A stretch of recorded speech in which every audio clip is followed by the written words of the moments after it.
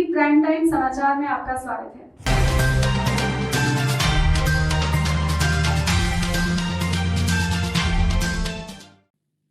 नमस्कार सर। नमस्कार सर।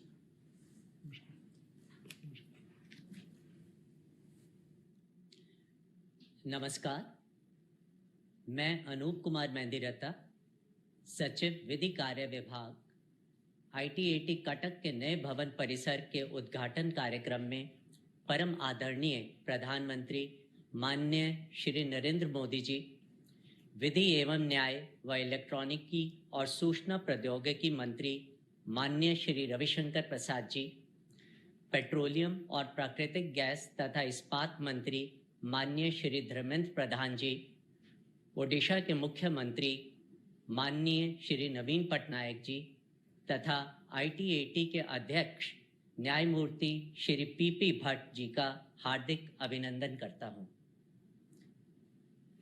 सम्माननीय प्रधानमंत्री जी की अनुमति से कार्यक्रम प्रारंभ करते हुए मैं माननीय न्यायमूर्ति श्री PP भट्ट अध्यक्ष ITAT से स्वागत भाषण के लिए अनुरोध करता हूं। माननीय प्रधानमंत्री श्री नरेंद्र मोदी जी, माननीय विधि एवं न्याय मंत्री श्री रविशंकर प्रसाद जी, माननीय पेट्रोलियम प्राकृतिक गैस व इस्पात मंत्री श्री धर्मेंद्र प्रधान जी, माननीय मुख्यमंत्री ओडिशा श्री नवीन पटनायक जी एवं अन्य उपस्थित महानुभाव, देवियों एवं सज्जनों, आज के इस शुभ अवसर पर मैं आप सभी का हार्दिक आयकर अपीलीय अधिकरण की 80 साल की गौरवशाली यात्रा में आज का दिन एक स्वर्णिम एवं ऐतिहासिक पड़ाव है। अपना सर्वस्व राष्ट्र सेवा में समर्पित करने वाले कर्मयोगी, युगद्रष्टा, यशस्वी प्रधानमंत्री जी के कर कमलों से आज कटक पीठ के नवनिर्मित पर्यावरण अनुकूल अत्याधुनिक तकनीकी सुविधाओं से युक्त कार्यालय सह आवास परिसर का लोकार्पण किया जा रहा है। आदरणीय प्रधानमंत्री जी, मुझे यह कहते हुए अत्यंत हर्ष एवं गौरव की अनुभूति होती है कि 1941 में आयकर अपीलीय अधिकरण के भारतीय न्यायिक प्रणाली में ट्रिब्यूनलाइजेशन की दिशा में सर्वप्रथम सफल प्रयोग था, जिसने न केवल संपूर्ण भारतवर्ष में बल्कि विश्व स्तर पर भी अपनी अलग पहचान स्थापित की है। यूनाइटेड नेशंस ने ITAT को अन्य विकासशील देशों के समक्ष एक सफल न्यायिक प्रणाली केस स्टडी के तौर पर प्रस्तुत किया है। अपनी प्रतिभा और विधिक कुशाग्रता के बल पर हमारे भूतपूर्व सदस्यों ने उच्च न्यायालय एवं सर्वोच्च न्यायालय के न्यायाधीशों के उच्च पदों के अतिरिक्त राज्यपाल जैसे पद को भी सुशोभित किया है। आयकर अपीलीय अधिकरण को अक्सर मातृ अधिकरण के तौर पर माना जाता है। आदरणीय प्रधानमंत्री जी, आयकर अपीलीय अधिकरण अपने आदर्श मोटो निष्पक्ष, सुलभ, सत्वर न्याय से सतत प्रेरणा प्राप्त करता है। इसी ध्येय को सन्मुख रखते हुए 126 की सैंक्शन स्ट्रेंथ के सामने 80 सदस्य होने के बावजूद मामलों का निपटापन यथासंभव तत्परता से किया जाता है। हमारे इन्हीं प्रयासों के एक सुखद परिणाम के तौर पर ITAT आज उन चुनिंदा न्यायिक संस्थाओं में से एक है जहां मामलों के निपटान की दर नए मामलों की फाइलिंग की दर से अधिक है। न्यू टैक्स लिटिगेशन पॉलिसी के अंतर्गत जब भारत सरकार द्वारा विवादित कर राहत की सीमा 20 लाख से बढ़ाकर 50 लाख की गई, अधिकरण द्वारा ऐसी अपीलों को तत्काल छांटकर अलग किया गया और आवेदन प्रस्तुत किए जाने की प्रतीक्षा किए बिना ऐसी अपीलों का निपटान का प्रारंभ कर दिया। हमारा प्रयास है कि अपनी क्षमता से हम इस भव्य एवं गौरवशाली संस्थान के यश में कुछ और वृद्धि करें और आने वाली पीढ़ियों के लिए एक ऐसी मिसाल कायम करें जिससे वे स्वयं को गौरवपूर्ण महसूस कर सके। माननीय प्रधानमंत्री जी, आपदा को अवसर में बदलने का जो गुरु मंत्र आपने देश को दिया है, उसे मूर्तिमंत करने के लिए हम कटिबद्ध हैं। कोविड-19 महामारी के समय वर्चुअल कोर्ट के माध्यम से मामलों की सुनवाई करने वाली प्रथम संस्था ITAT ही थी। लगभग 10,000 अपीलों का निपटान किया जा चुका है। वीडियो कॉन्फ्रेंसिंग की मदद से न केवल प्रशासनिक कार्य एवं प्रशिक्षण कार्य ही पूरे किए गए, बल्कि इन कठिन परिस्थितियों में स्टाफ के मनोबल को बनाए रखने के लिए योगा सत्र व आध्यात्मिक सत्र भी आयोजित किए गए। पिछले कुछ वर्षों में एक अत्यंत महत्वपूर्ण क्षेत्र उपेक्षित रह गया था, वो था इंफ्रास्ट्रक्चर डेवलपमेंट का। इसे एक चुनौती के तौर पर स्वीकार करते हुए पिछले 2 सालों में इस दिशा में किए जा रहे प्रयास अब साकार रूप लेने लगे हैं। कोलकाता, पुणे, गुवाहाटी में भवन निर्माण हेतु भूमि प्राप्त की जा चुकी है और अहमदाबाद में भी प्रयास जारी है। लखनऊ में भवन निर्माण दिन है। उत्तराखंड की जनता को जस्टिस एट डोर स्टेप प्रदान करने के लिए देहरादून में ITAT की बेंच की शुरुआत की है।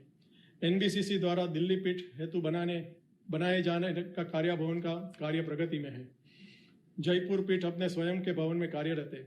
वर्ष 2018 में वाराणसी सर्किट बेंच के उद्घाटन तथा वर्ष 2019 में बेंगलुरु पीठ के भवन का लोकार्पण आपके कर कमलों से होने के पश्चात आज उन परिस्थितियों का एक सुखद संयोग उपस्थित हुआ है। पिछले 50 वर्षों से किरायों के भवनों में कार्यरत रहने वाले कटक पीठ के अपने स्वयं के कार्यकाल सह आवास परिसर का उद्घाटन भी आज आपके कर कमलों से होने जा रहा है। इस अवसर पर इस कार्यालय परिसर हेतु जमीन निःशुल्क उपलब्ध कराने के लिए ओडिशा के माननीय मुख्यमंत्री श्री नवीन पटनायक जी के प्रति हार्दिक आभार प्रकट करता हूं। 17 करोड़ के कुछ अधिक लागत वाली इस परियोजना के लिए यथासमय आवश्यक धनराशि उपलब्ध करवाने के लिए माननीय प्रधानमंत्री जी के नेतृत्व वाली भारत सरकार बधाई की पात्र है, जिसका श्रेय माननीय विधि एवं न्याय मंत्री श्री रविशंकर प्रसाद जी को भी जाता है, जो वर्ष 2070 में इस परियोजना के भूमि पूजन का भी अभिन्न अंग रहे हैं। आज के शुभ अवसर पर आप सभी के साथ साथ मैं उन सभी व्यक्तियों का भी हार्दिक अभिनंदन करता हूं, जिनके प्रत्यक्ष व अप्रत्यक्ष सहयोग के बिना इस परियोजना का सफल होना असंभव था। माननीय प्रधानमंत्री जी नरेंद्र मोदी जी, माननीय विधि एवं न्याय मंत्री श्री रविशंकर प्रसाद जी, माननीय मुख्यमंत्री ओडिशा श्री नवीन पटनायक जी एवं माननीय पेट्रोलियम, प्राकृतिक गैस व इस्पात मंत्री श्री धर्मेंद्र प्रधान जी, आप सबकी उपस्थिति हमारे लिए आगामी परियोजनाओं को साकार करने में प्रेरणादायक होगी।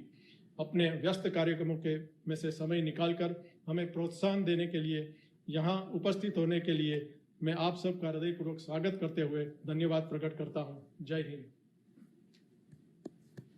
धन्यवाद सर। मैं विधि एवं न्याय मंत्री माननीय श्री रविशंकर प्रसाद जी से अनुरोध करूंगा कि इस शुभ अवसर पर संबोधित करें और मार्गदर्शन प्रदान करें। परम आदरणीय प्रधानमंत्री जी,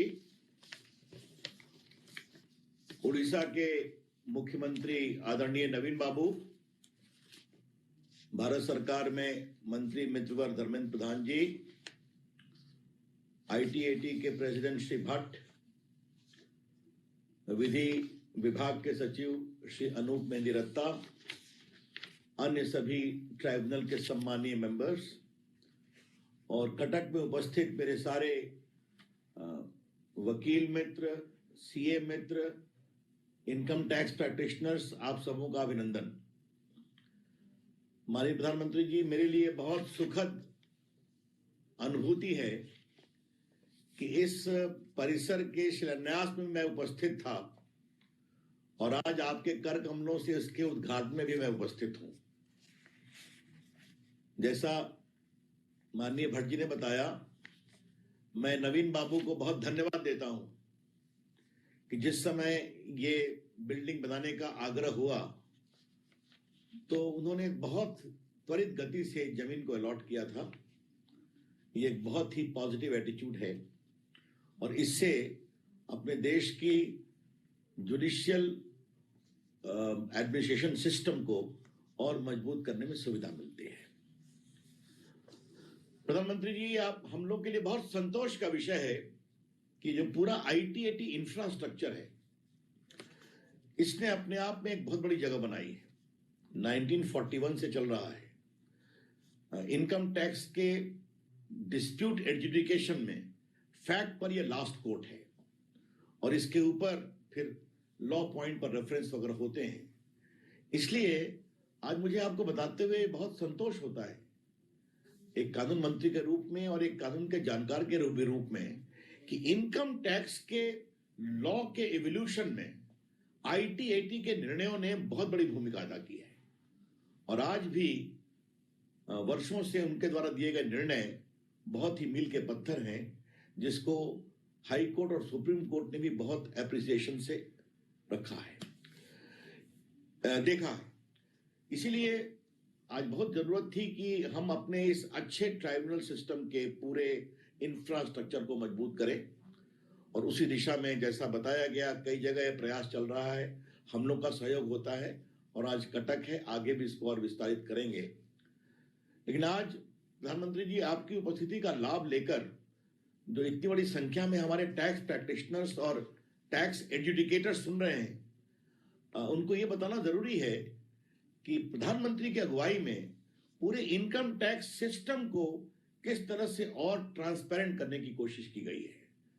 मैं दो तीन बात ये कहना चाहूंगा कि जो पूरा ई असेसमेंट की प्रक्रिया शुरू हुई है, वो एक बहुत बड़ा पैराडाइम शिफ्ट है कि आज फेसलेस असेसमेंट होता है, और उसके प्रकार से और उसमें गति आती है, तेजी आती है, और निर्णय की प्रक्रिया को हम आगे बढ़ाते हैं।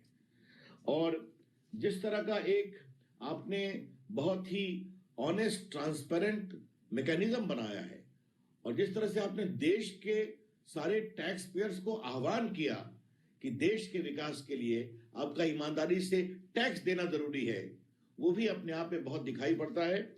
मैं सिर्फ एक ही बात कहूंगा कि जब हम लोगों ने आज चर्चा होती है, 4 वर्ष हो गए उस डिमोनेटाइजेशन की बात होती है, लेकिन एक बात ये बताना बहुत जरूरी है कि 3 लाख लोगों ने, जिन्होंने 10 लाख रुपए डिपॉजिट किए थे और जो टैक्स नेट से बाहर थे, उन लोगों ने वॉलंटरी इनकम टैक्स कंप्लायंस के लिए तैयारी की, और उन्होंने 2 लाख लोग जो आइडेंटिफाइड हुए, 6,531 करोड़ रुपया डिपॉजिट किया। तो ये अपने आप में ईमानदारी से टैक्स पेमेंट करने की जो एक इंसेंटिव हुआ, ये उसका बहुत बड़ा परिणाम है। आपकी सरकार के द्वारा कॉर्पोरेट टैक्स के भी जो उनका बेस कॉर्पोरेट टैक्स था, उसको भी 30 से 22% किया गया है, और न्यू मैन्युफैक्चरिंग यूनिट के लिए 25 से 15 किया गया है।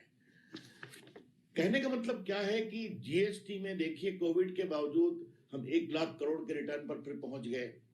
इनकम टैक्स में अधिक लोग जुट रहे हैं, तो हम ये कोशिश कर रहे हैं कि ईमानदारी से अधिक से लोग टैक्स दें, डिस्प्यूट्स का स्कोप कम हो, फिर भी डिस्प्यूट्स हो तो उसके लिए रोबस्ट मैकेनिज्म उनके ग्रीवेंसेस को सेटल करने का होना चाहिए।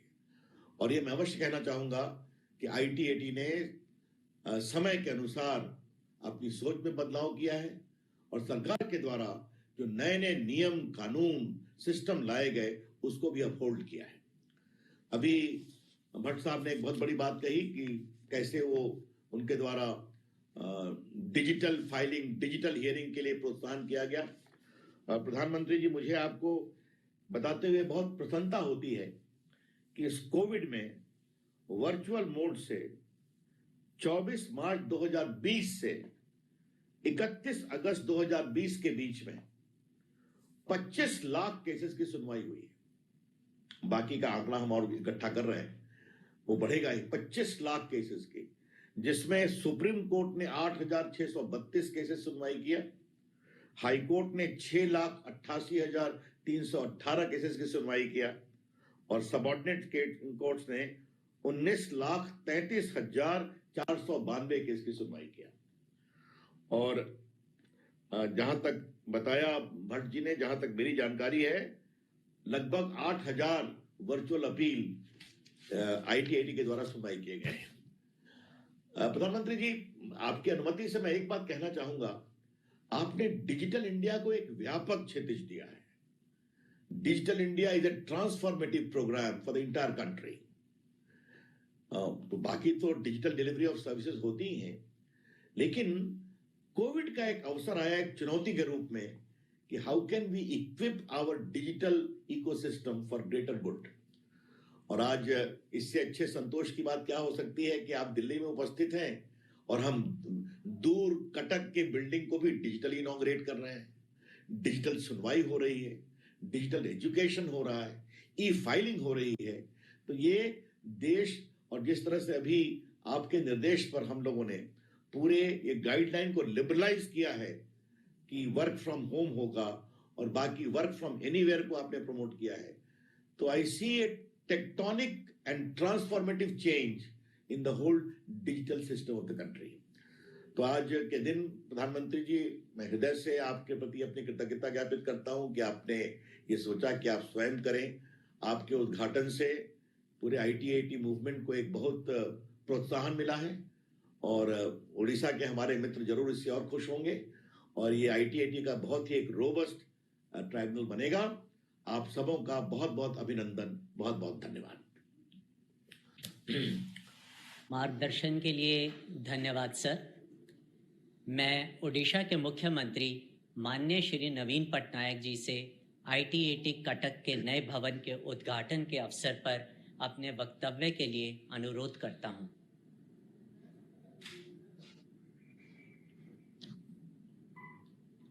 Honorable Prime Minister Shri Narendra Modi ji, Honorable Union Minister for Law and Justice Shri Ravi Shankar Prasad ji, Honorable Union Minister for Petroleum and Steel Shri Dharmendra Pradhan ji, President of the Income Tax Appellate Tribunal Justice Shri P.P. Bhatt ji, ladies and gentlemen and dignitaries. It is a happy occasion for me to witness the inauguration of a modern state-of-the-art office cum residential complex of the Income Tax Appellate Tribunal, Cuttack branch, which is being inaugurated by our Honorable Prime Minister. I understand this is the third building complex for ITAT benches in India and the first in the eastern part of our country. It may be recalled that the Cuttack bench was established way back in 1970 with the active involvement of late Biju Patnaik. The government of Odisha has always been supportive of the development of ITAT Cuttack bench, which includes provision for free land for this complex. In the last 50 years, the Cuttack bench of ITAT has been playing an important role in the disposal of cases. And with the new infrastructure and IT facilities of e-courts, I believe we will have quick disposal of income tax appeal cases, not only from Odisha, but also cases belonging to Ranchi, Patna, and Guwahati benches. I would like to congratulate the President of ITAT and the other agencies involved in speedy completion of this complex.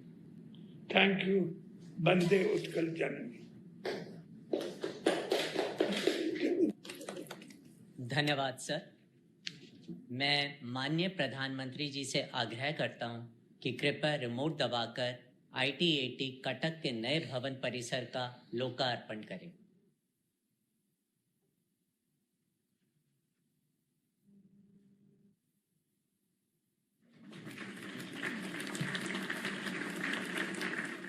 Namaste. Welcome to the new ultra-modern building complex of Income Tax Appellate Tribunal Cuttack, which is just now inaugurated by our Honorable Prime Minister of India. This complex has courtroom which could accommodate 50 people, e-court for conducting of virtual hearings and all other information technology-based infrastructure. On the ground floor, the visitors are greeted by an attractive reception counter. As we move up, the first floor has an ultra-modern record room, office of registry and space for Tax Bar Association and Chartered Accountants Library.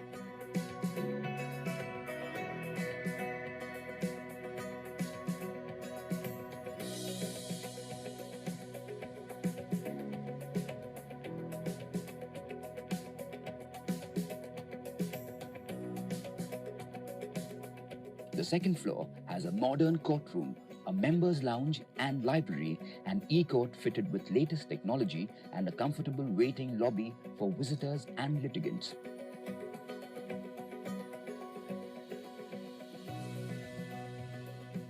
The third floor has a well-furnished conference hall, office chambers for the members, and space for income tax office for the departmental representatives. This state-of-the-art building complex has residential quarters for members and staff, which makes it a self-sufficient complex for an independent quasi-judicial body. Sir, भवन परिसर के लोकार्पण के लिए आपका हार्दिक आभार। मैं माननीय प्रधानमंत्री जी से निवेदन करता हूं कि रिमोट द्वारा ई बुक का विमोचन करें।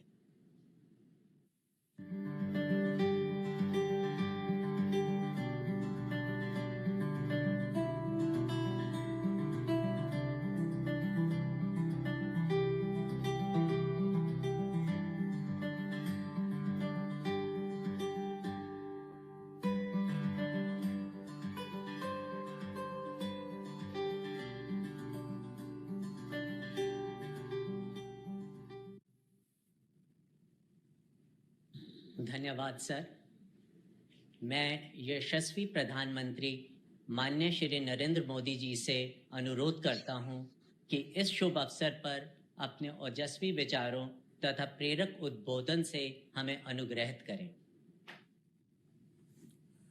जय जगन्नाथ। उड़ीसा के मुख्यमंत्री, हमारे वरिष्ठ साथी श्रीमान नवीन पटनायक जी, केंद्रीय मंत्रिमंडल के मेरे सहयोगी रविशंकर प्रसाद जी,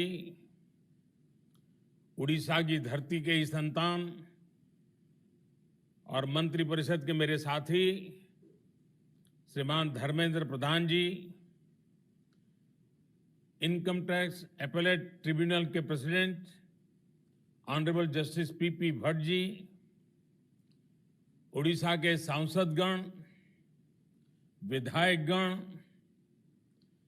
कार्यक्रम में उपस्थित अन्य सभी महानुभाव और साथियों, भगवान जगन्नाथ के आशीर्वाद के साथ इनकम टैक्स एपेलेट ट्रिब्यूनल यानी ITAT की कटक बेंच आज अपने नए और आधुनिक परिसर में शिफ्ट हो रही है।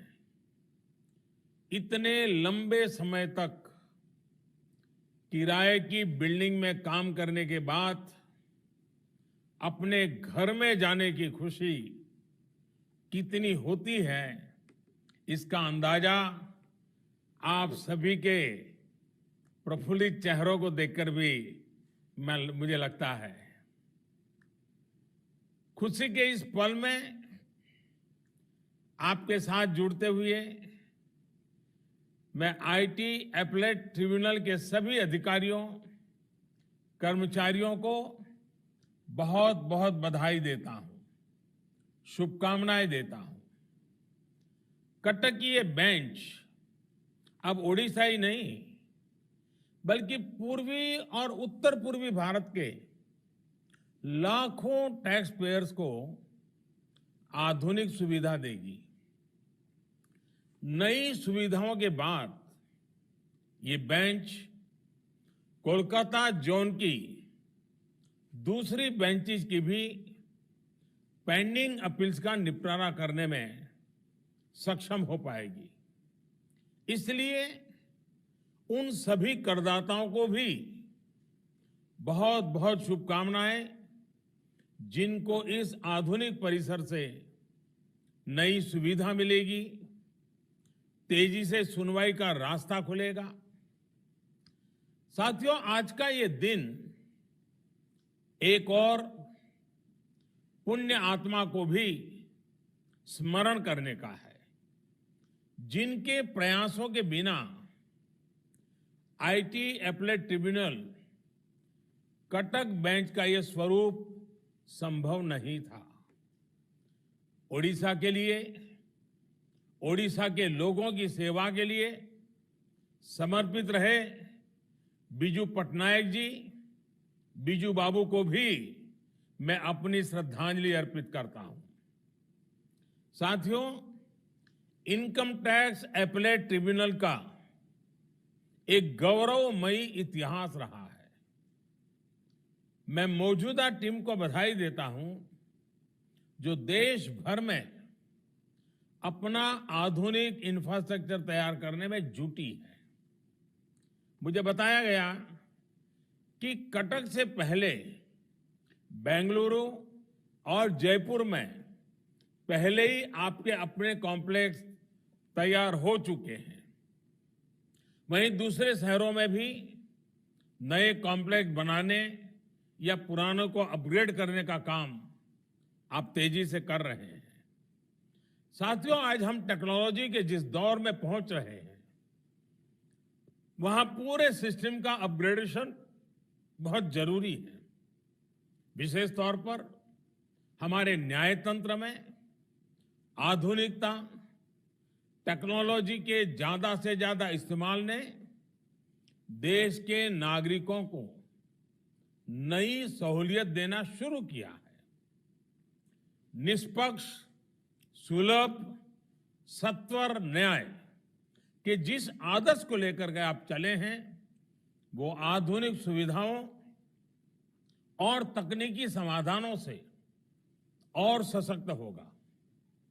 ये संतोष का विषय है कि आईटी एपेलेट ट्रिब्यूनल देश भर की अपनी बेंचेस को वर्चुअल हियरिंग के लिए भी अपग्रेड कर रहा है। और जैसे अभी श्रीमान पीपी भट्ट ने बताया कि इतनी बड़ी मात्रा में काम ये कोरोना कालखंड में भी हुआ, वर्चुअल हुआ। और रविशंकर जी तो पूरे देश का एक बड़ा ब्यौरा दे रहे थे। साथियों, गुलामी के लंबे कालखंड ने टैक्स पेयर और टैक्स कलेक्टर दोनों के रिश्तों को शोषित और शोषक के रूप में ही विकसित किया। दुर्भाग्य से आजादी के बाद हमारी जो टैक्स व्यवस्था रही, उसमें इस छवि को बदलने के लिए जो प्रयास होने चाहिए थे, वो उतने नहीं किए गए। जबकि भारत में पुरातन काल से ही टैक्स के महत्व और लेन देन को लेकर बहुत स्वस्थ परंपरा रही है। गोस्वामी तुलसीदास जी ने कहा है, बरसत हरसत सब लखें, बरसत हरसत सब लखें, करसत लखे न कोय, तुलसी प्रजा सुभाग से भूप भानु सो होए। तात्पर्य यह है कि जब बादल बरसते हैं तो उसका लाभ हम सभी को दिखाई देता है, लेकिन जब बादल बनते हैं, सूर्य पानी को सोखता है, तो उससे किसी को तकलीफ नहीं होती। इसी तरह शासन को भी होना चाहिए। जब आम जन से वो टैक्स ले तो किसी को तकलीफ न हो, लेकिन जब देश का वही पैसा नागरिकों तक पहुंचे तो लोगों को उसका इस्तेमाल अपने जीवन में महसूस होना चाहिए। बीते वर्षों में सरकार इस विजन को लेकर ही आगे बढ़ी है। साथियों, आज का टैक्स पेयर पूरी टैक्स व्यवस्था में बहुत बड़े बदलाव और पारदर्शिता का साक्षी बन रहा है। जब उसे रिफंड के लिए महीनों इंतजार नहीं करना पड़ता, कुछ ही सप्ताह में उसे रिफंड मिल जाता है, तो उसे पारदर्शिता का अनुभव होता है। जब वो देखता है कि विभाग ने खुद आगे बढ़कर बरसों पुराने विवाद को सुलझा दिया है, उसे विवाद से मुक्ति दिलाई है, तो उसे पारदर्शिता का अनुभव होता है। जब उसे फेसलेस अपील की सुविधा मिलती है, तब वो टैक्स ट्रांसपेरेंसी को और ज्यादा महसूस करता है। जब वो ये देखता है कि इनकम टैक्स लगातार कम हो रहा है, तब उसे टैक्स ट्रांसपेरेंसी ज्यादा अनुभव होती है। पहले की सरकारों के समय शिकायतें होती थी, टैक्स टेररिज्म, चारों तरफ यही शब्द सुनाई देता था, टैक्स टेररिज्म।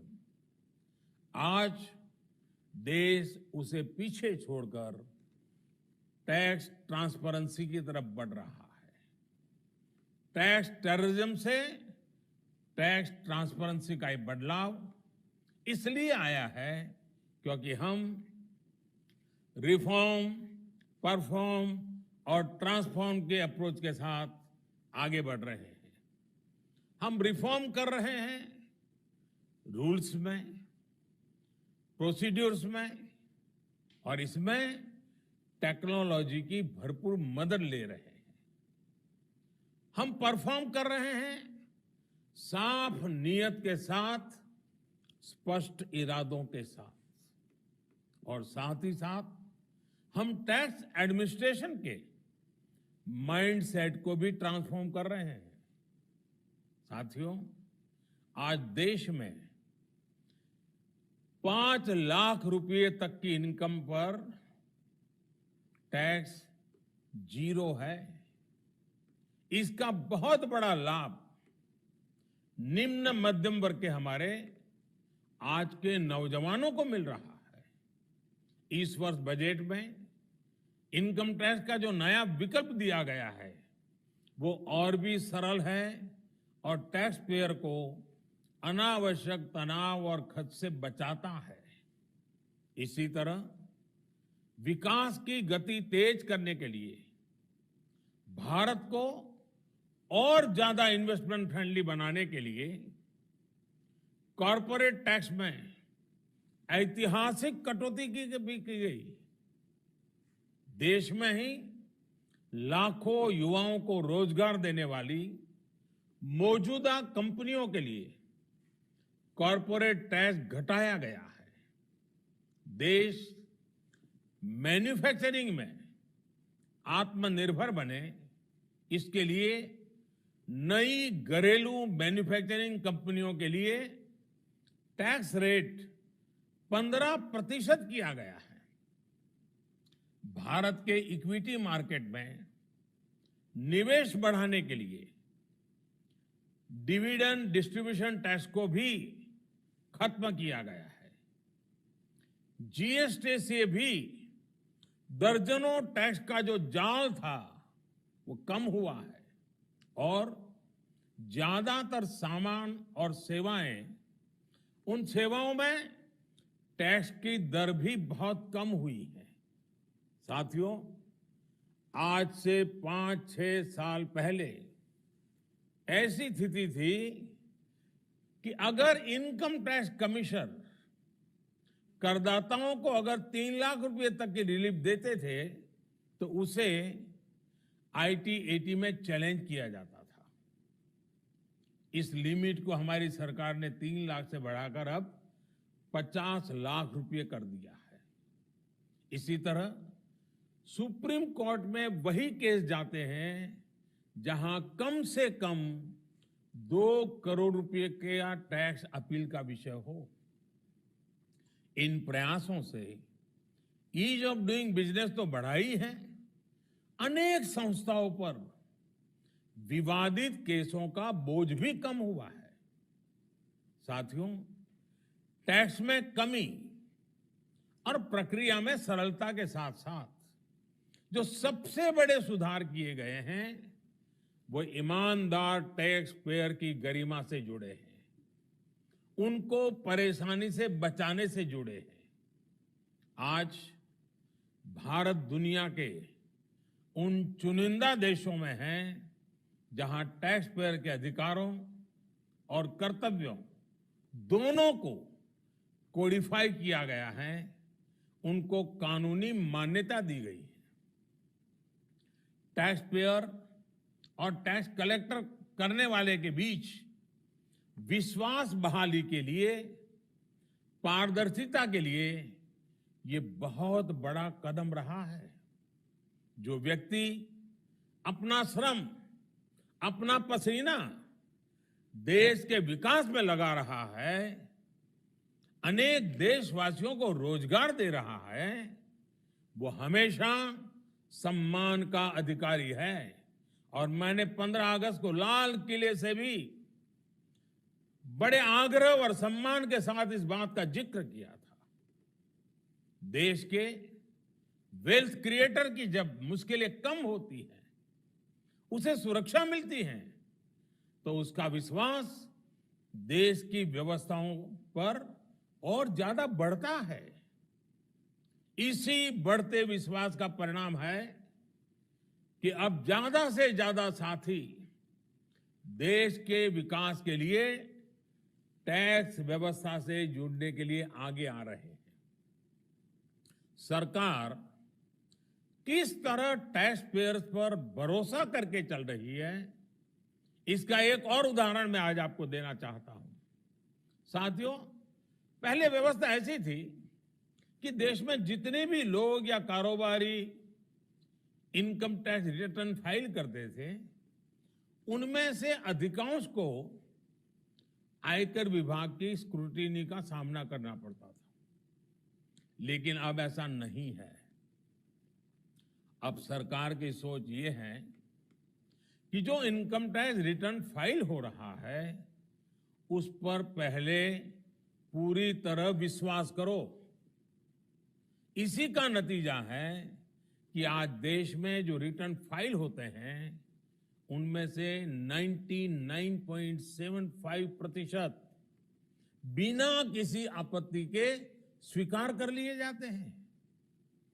सिर्फ 0.25% मामलों में ही स्क्रूटिनी कराई जा रही है।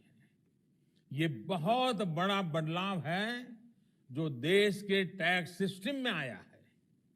साथियों, देश में हो रहे टैक्स रिफॉर्म्स के लक्ष्यों को प्राप्त करने में आप जैसे ट्रिब्यूनल की भूमिका बहुत अहम है।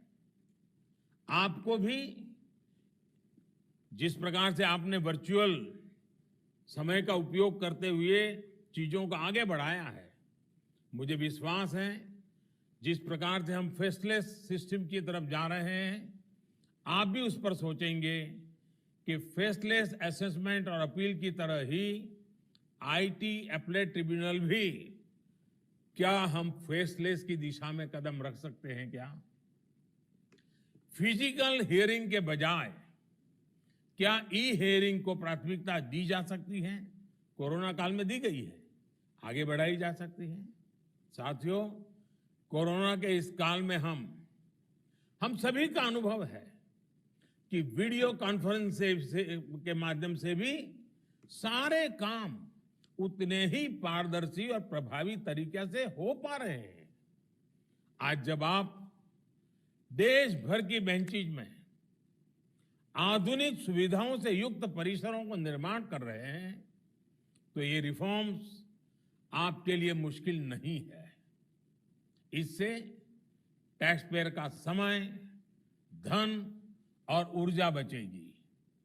विवादों का निपटारा भी तेजी से हो पाएगा। साथियों, विद्वान कह गए हैं, न्यायमूलम सुराज्यम स्यात्, न्यायमूलम सुराज्यम स्यात्, संगमूलम महाबलम। न्याय सुराज्य का मूल होता है और संगठन महाशक्ति की जड़ है। इसलिए न्याय और संगठन की शक्ति को आत्मनिर्भर भारत की ऊर्जा बनाने का निरंतर प्रयास किया जा रहा है। भारत में एक के बाद एक हो रहे रिफॉर्म्स, श्रृंखला चल रही है रिफॉर्म्स के, इसके पीछे भी यही प्रेरणा है। मुझे पूरा विश्वास है कि हम सभी के संगठित प्रयासों से हमारे सभी प्रयास सफल होंगे। आईटी एपलेट ट्रिब्यूनल से जुड़े सभी साथियों को सभी ओडिशा वासियों को फिर से इस आधुनिक परिसर के लिए मैं बहुत बहुत बधाई देता हूं। आप सभी को दीपावली सहित आने वाले सभी त्योहारों की मंगल कामनाएं। और एक बात जरूर मैं कहूंगा कि कोरोना के काल में हमें कोरोना को लाइट नहीं लेना है। ऐतराज बरतने की जो छोटी छोटी बातें हैं, मास्क पहनना, डिस्टेंस बनाए रखना, साबुन से हाथ धोना, मैं उड़ीसा वासियों से इस बात का जरूर आग्रह करूंगा। और उड़ीसा कला संस्कृति की एक बड़ी तपोभूमि है, तपस्या भूमि है। आज मंत्र गूंज रहा है, वोकल फॉर लोकल। हिंदुस्तान के हर कोने में, हिंदुस्तान हर कोने की चीज जिस पर मेरे देशवासियों का पसीना है, जिसमें मेरे देशवासियों के नौजवानों की टैलेंट है, हम उन्हीं चीजों का आग्रह रखें, लोकल खरीदने का आग्रह रखें। हिंदुस्तान की मिट्टी से, हिंदुस्तान के पसीने से तरबतर चीजों को खरीदने का आग्रह रखें। ये बात मैं भगवान जगन्नाथ जी की धरती से उड़ीसा को भी कहना चाहूंगा, देशवासियों को भी कहना चाहूंगा, vocal for local, local for Diwali. और सिर्फ दिवाली नहीं, हम तो चाहेंगे 365 दिन दिवाली मने और 365 दिन हम लोकल ही लेते चले। देखिए, देश की अर्थव्यवस्था तेज गति से बढ़ना शुरू हो जाएगा। हमारे मेहनतकश लोगों के पसीने में वो ताकत है कि देश को नई ऊंचाइयों पर ले जाएगा। और इसी विश्वास के साथ आज के शुभ अवसर पर मेरी तरफ से आप सबको अनेक अनेक शुभकामनाएं, मंगल कामनाएं। बहुत बहुत धन्यवाद।